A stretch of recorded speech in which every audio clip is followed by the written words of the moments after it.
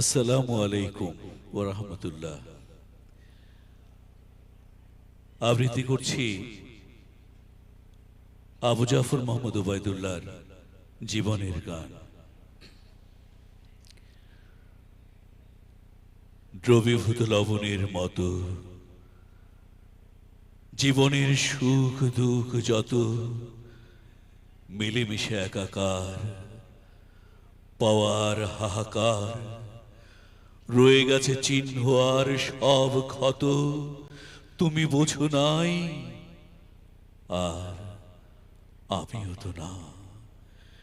কিসে সুখ, কিসে দুঃখ, কিসে যাতনা, শুধু শুধু বেড়ে উঠে পাহাড়ের মতো।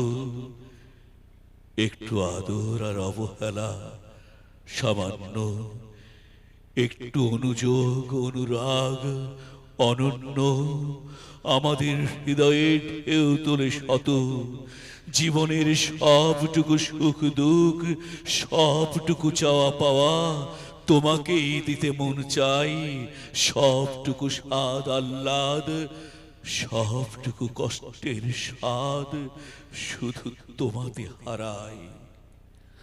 ভুলে যাও অভিমান, ভুলে যাও রাত্রির শোক, সব কালো দূর হয়ে যাক, আলো ভরা প্রভাত আসুক জীবনের প্রভাতের মতো।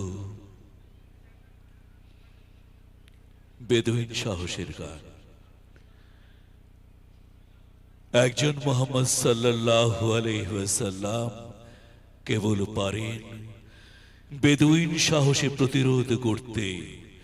তার শিক্ষায় একমাত্র শিক্ষা, তার মন্ত্রই মুসলিমের একমাত্র মন্ত্র। পৃথিবীর নির্যাতিত মানুষ, আরেকবার তার কাছেই ফিরে যাও।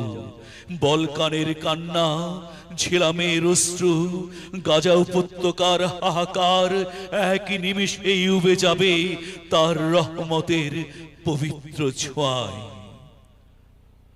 আকাশ ঝুঁকে পড়ে, বাতাস সুর ছড়ায়, পৃথিবীর মুক্তির লগ্ন। এই তো মুহাম্মদ সাল্লাল্লাহু আলাইহি সাল্লামের উম্মতেরা সীসা প্রাচীরের মতো রুখে দাঁড়িয়েছে। ধন্যবাদ। কবিতা আবৃত্তি করলাম, আমাকে একটু করে স্মৃতিচারণ করতে বলা হয়েছে। আরো অনেক গুরুত্বপূর্ণ বক্তা আছেন, আমি হয়তো অত গুরুত্বপূর্ণ নই বক্তা হিসেবে, আলোচক হিসেবে।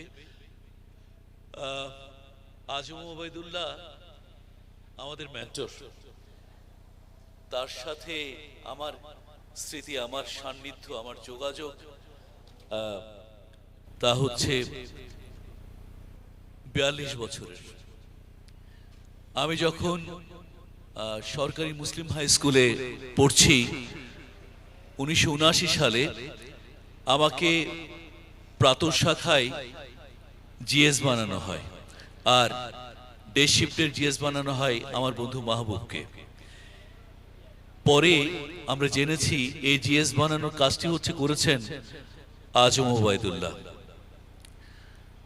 তারপরে আমার সাংস্কৃতিক অঙ্গনে, আমি একটু হয়তো বিক্ষিপ্তভাবে বলবো কিন্তু একটু স্মৃতিচারণ করতে চাই, যখন বলেছেন সাংস্কৃতিক অঙ্গনে পদচারণা। আজম ওবায়দুল্লাহ আমাকে সে তখন থেকেই নার্সারিং করছেন, যোগাযোগ রাখছেন। চট্টগ্রাম কলেজে এসে পড়লাম, আমাকে চট্টগ্রাম সংস্কৃতি কেন্দ্রে আনলেন, মুক্তকণ্ঠে আনলেন, সব কিছু ওনার মাধ্যমেই। এবং চট্টগ্রাম কলেজে যখন উনি বক্তা হিসেবে এসে আসছেন, প্রধান বক্তা, ওখানে অনুষ্ঠান করছি, সান্নিধ্য লাভ করেছি। এই হচ্ছে ওনার সাথে যোগাযোগটা সার্বক্ষণিক হয়। তারপর পেশাগত জীবনে সাংবাদিকতায় আসে আমি, তখনও তার সাথে যোগাযোগ, তিনি আমার সাথে যোগাযোগ রেখেছেন। সাংবাদিকতা, দৈনিক আজাদী পত্রিকায় আমি সিনিয়র রিপোর্টার হিসেবে 2001 সাল পর্যন্ত ছিলাম। একটি ঘটনা, একটি রিপোর্ট করি, যে রিপোর্টটা আমাদের পক্ষে এবং আপনাদেরই পক্ষের জন্য এই রিপোর্টটা করার জন্য আমাকে বাধ্য হয়ে দৈনিক আজাদী ছাড়তে হয়। দৈনিক আজাদী থেকে আজম ওবায়দুল্লাহ আমাকে আন্তর্জাতিক ইসলামী বিশ্ববিদ্যালয় চট্টগ্রামে নিয়ে আসেন, চাকরি দেন 2001 সালের 17 জুন। তার হাতেই আমার চাকরিটা হয়। তিনি আমার প্রথম রেজিস্ট্রার, তিনি আমার প্রথম বস। সেই থেকেই ওবায়েদ স্যার সাংস্কৃতিক অঙ্গনের কথাগুলো, সাহিত্য সাংস্কৃতিক অঙ্গন, এখানে জনাব আমিরুল ইসলামও আছেন, বলছেন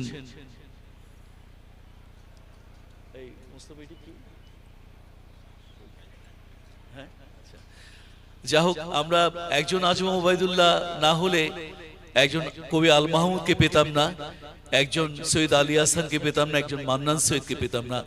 এই মানুষগুলো আরো অনেক বড় বড় মানুষ আমাদের মতো করে পেয়েছে একজন আজম ওবায়দুল্লাহর জন্য। একজন আজম ওবায়দুল্লাহ আন্তর্জাতিক ইসলামী বিশ্ববিদ্যালয় চট্টগ্রামকে গড়ে তুলেছেন।